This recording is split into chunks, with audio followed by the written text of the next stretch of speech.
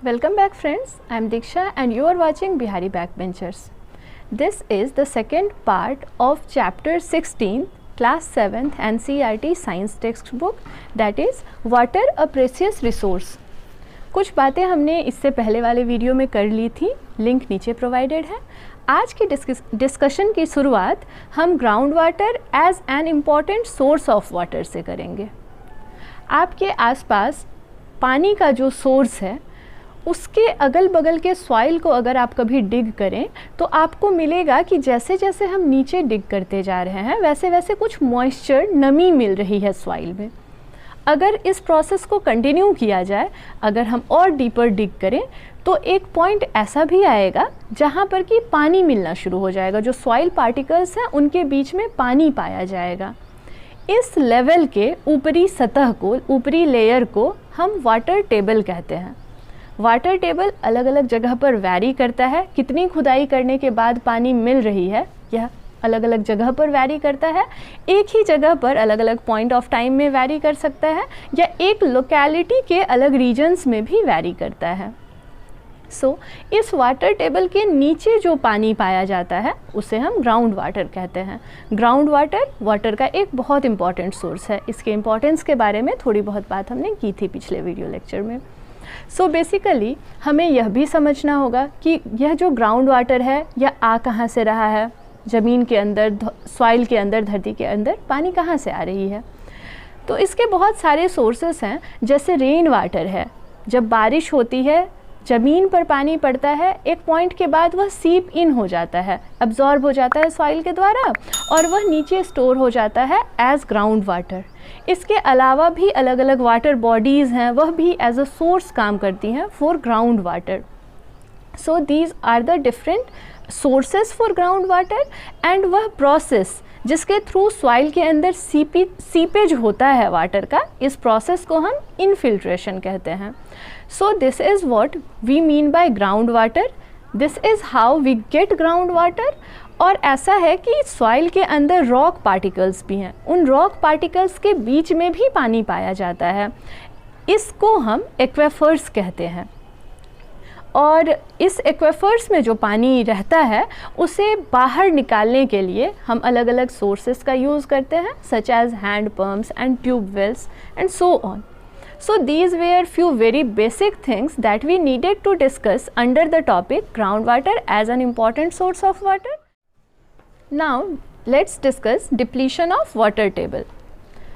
Problem तब तक नहीं होगी जब तक हम अपने डिफरेंट यूज़ के लिए जो ग्राउंड वाटर ड्रॉ कर रहे हैं वह वापस से ग्राउंड के अंदर सीपेज हो जाए। इससे क्या होगा, हमें ज़रूरत पड़ी, हमने ड्रॉ किया वाटर अलग अलग सोर्सेज से, जैसे कि हैंड पंप, ट्यूब वेल्स या टैप्स की मदद से हमने ग्राउंड वाटर को ड्रॉ कर लिया, यूज़ कर लिया और वो वाटर वापस से सीप करके ग्राउंड के अंदर चला जाए। तो इस तरीके से वाटर टेबल मेंटेन्ड रहेगा। बट बहुत सारे अलग एक्टिविटीज़ हैं हमारे, या बहुत सारे अलग फैक्टर्स हैं जिनके बारे में हम डिटेल में अभी आगे बात करेंगे।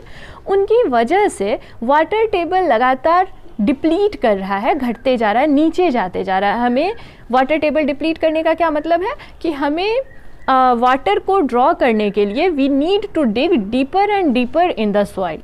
सो इसके क्या कारण हो सकते हैं? बहुत ऑब्वियस से कुछ रीजंस है। फॉर एग्जांपल ओवर पॉपुलेशन, कुछ एग्रीकल्चरल प्रैक्टिसेस हैं जो इम्प्रॉपर हैं, फिर इंडस्ट्रीज़ इतने ज़्यादा सेटअप हो रहे हैं, सो increasing industrial activities, increasing industries, again over demand of things, that is side effect of over population. और एक बहुत ही इम्पॉर्टेंट फैक्टर ये है कि कंक्रीट हर जगह हो रहा है। अगर वाटर को सीप इन करना है उसके लिए हमें सॉइल चाहिए, सॉइल पे वाटर पड़ेगा, वह वाटर रीअब्जॉर्ब कर लिया जाएगा सॉइल के द्वारा। बट आजकल के समय में बहुत कम ऐसा जगह है जहाँ पे खुला मैदान या खुला ग्राउंड है। अलग अलग कंस्ट्रक्शंस की वजह से घरों के आगे पहले आंगन, दालान हुआ करते थे जो मिट्टी के होते थे, पर वो सारा कुछ अब सीमेंटेड है और वहाँ से वाटर को रिसोर्स या वहाँ से वाटर को स्कोप नहीं मिल रहा है कि वह वापस से इनफिल्ट्रेट हो सके। सो इन्हीं रीजंस के बारे में, कुछ एक रीजंस के बारे में हम वन बाय वन डिस्कस करेंगे और देखेंगे कि किस तरीके से इम्प्रॉपर ह्यूमन प्रैक्टिसेस जो है वह लीड करता है depletion of water table.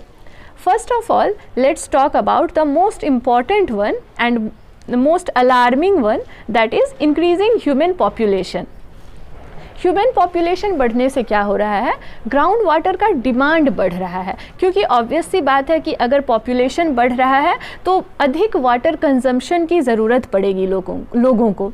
So basically हम वाटर को ड्रॉ बहुत ज़्यादा अमाउंट में कर रहे हैं, बहुत ज़्यादा अमाउंट में ग्राउंड वाटर ड्रॉ कर रहे हैं और स्कोप कम छोड़ रहे हैं उसको सीप होने का. जैसे अभी हमने कंक्रीट की बात करी, अगर पॉपुलेशन ज़्यादा होगा तो हमें ज़्यादा घरों की ज़रूरत होगी, बिल्डिंग्स ज़्यादा बनेंगे, रिसोर्सेज की अधिक ज़रूरत होगी, जैसे रोड्स की, शॉपिंग मॉल्स की, अलग अलग चीज़ों की ज़रूरत बढ़ेगी तो हो. और इन सारी चीज़ों को करने के लिए भी, कंस्ट्रक्शन वर्क के लिए भी हमें वाटर की ज़रूरत है. सो ऐसा ट्रेंड है. पॉपुलेशन इंक्रीज़ का इम्पैक्ट यह है कि वाटर का रिक्वायरमेंट तो बढ़ गया, ग्राउंड वाटर हम अधिक मात्रा में ड्रॉ कर रहे हैं अपने अलग अलग नीड्स को फुलफ़िल करने के लिए. For example farming, construction work, transportation, everything we are drawing more and more amount of ground water and we are leaving very little scope for it to infiltrate. So this is one of the major reason for depletion of ground water. One more reason that adds on to depletion of water table is industrial activity. N number of industries have been established to fulfill human needs. और हर industry में अलग अलग purposes के लिए water की ज़रूरत होती है. प्रोडक्शन वर्क के लिए वाटर की ज़रूरत होती है. बहुत सारे इंडस्ट्री में ऐसे एक्टिविटीज़ होते हैं जो वाटर के बिना नहीं हो सकते. सो इन सारे एक्टिविटीज़ को आपके बुक में एक छोटा सा एक्टिविटी मेंशन किया हुआ है कि आप अपने अगल बगल के इंडस्ट्री में थोड़ा विज़िट करें, देखें या पता करने की कोशिश करें अपने एल्डर्स से बात करके, और पता करें कि किस तरीके से इंडस्ट्री में वाटर की रिक्वायरमेंट होती है. सो this is a very little homework activity kind of thing for you. Do it by yourself and see how industrial activity is leading to depletion of water table.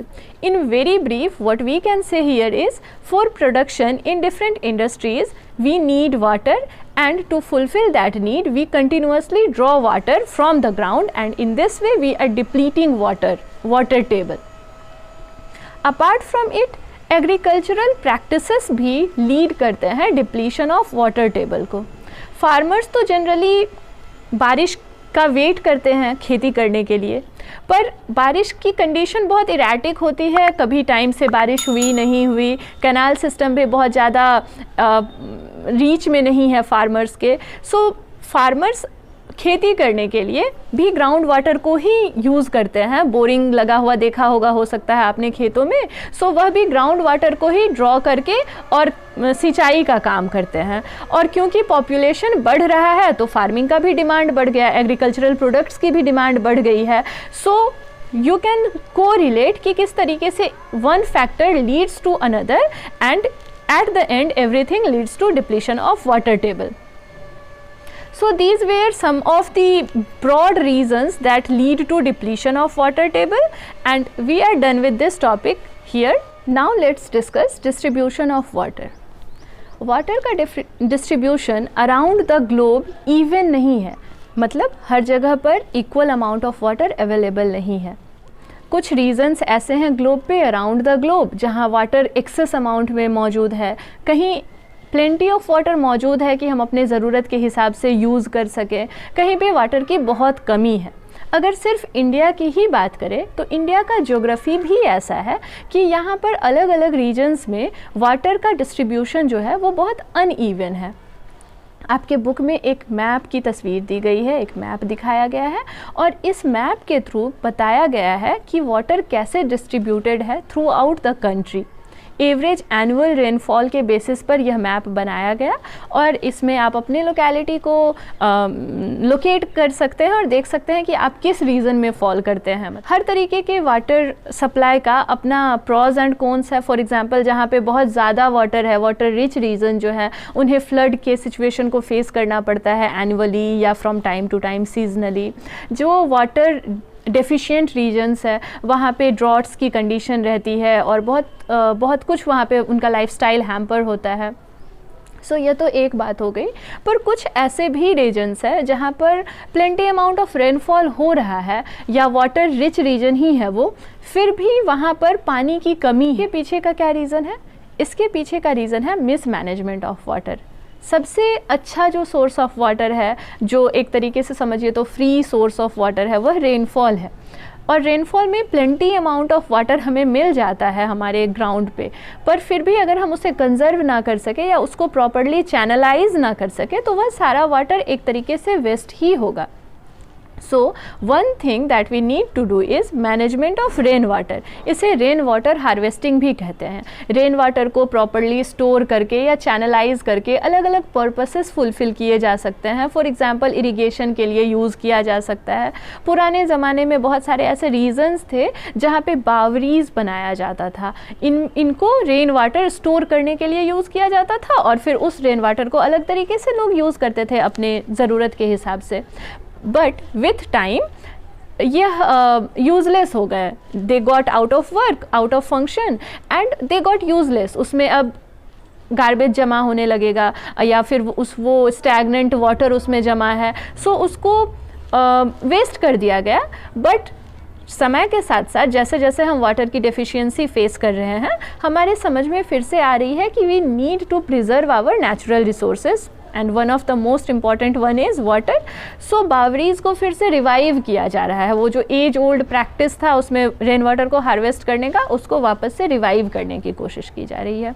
यह तो एक broader level पे बात हो गई, but we also need to think as an individual कि हम क्या कर सकते हैं in this pursuit of managing water या कंजर्विंग वाटर। सो आप अपने तरीके कमेंट डाउन कर सकते हैं। कुछ एक बहुत ऑब्वियस से तरीके हैं, जैसे जब आप ब्रश कर रहे हो तो टैप्स को बंद रखा करें, वॉशिंग के टाइम में एक्सेसिव वाटर यूज़ ना करें, जितनी ज़रूरत हो उतनी ही वाटर को यूज़ करें। बिना मतलब का अगर आपके वाटर बॉटल में पानी बच जा रहा है, इधर उधर ना फेंक के उसको किसी प्लांट में ही डाल दें। तो ये कुछ तरीके हैं जिससे हम बड़ी आसानी से वाटर को जुडिशियसली यूज़ कर सकते हैं, कंजर्व कर सकते हैं। प्लांट्स की बात आई तो हम लोग यह बात भी कर लेते हैं कि वाटर का क्या इम्पोर्टेंस है प्लांट्स के लिए। जब हमने चैप्टर 1 पढ़ा था न्यूट्रिशन इन प्लांट्स, तो हमने देखा था कि वाटर कैसे एक रॉ मटेरियल की तरह काम करता है for photosynthesis. So one thing is connected to another. Plants को ज़रूरत है वाटर की for photosynthesis so that they can survive, and ultimately अगर उन्हें वाटर की स्कार्सिटी हो जाएगी, they won't be able to survive, wilting हो जाएगी या ड्राई अप हो जाएंगे plants and they won't be able to survive. And if plants can't survive, it is very obvious that we won't be able to survive. So all things are interdependent in our environment, and we need to take care of each other, and we need to use our resources very judiciously. So with this we will conclude our chapter, and we will discuss the next chapter in the next video lecture. So stay tuned. Thank you.